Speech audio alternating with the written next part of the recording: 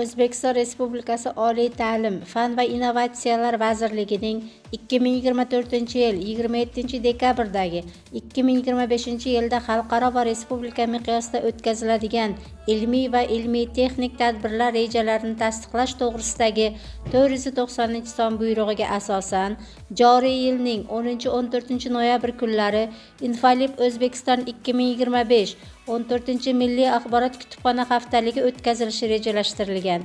Shu munosabat bilan Forish tuman axborot kutubxona markazida haftalik doirasida axborot kutubxona sohasi mutaxassislari va foydalanuvchilar uchun turli tadbirlar, tanlovlar, davra suhbatlari, kitob ko'rgazmalari, videoroliklar, uchrashuvlar, kitob taqdimotlari tashkil qilinadi. Shu munosabat bilan barcha kitobxonlarni haftalik doirasida bo'lib o'tadigan tadbirlarga taklif etamiz. Forish tuman axborot kutubxona markazi siz aziz kitobxonlarni kutib qoladi.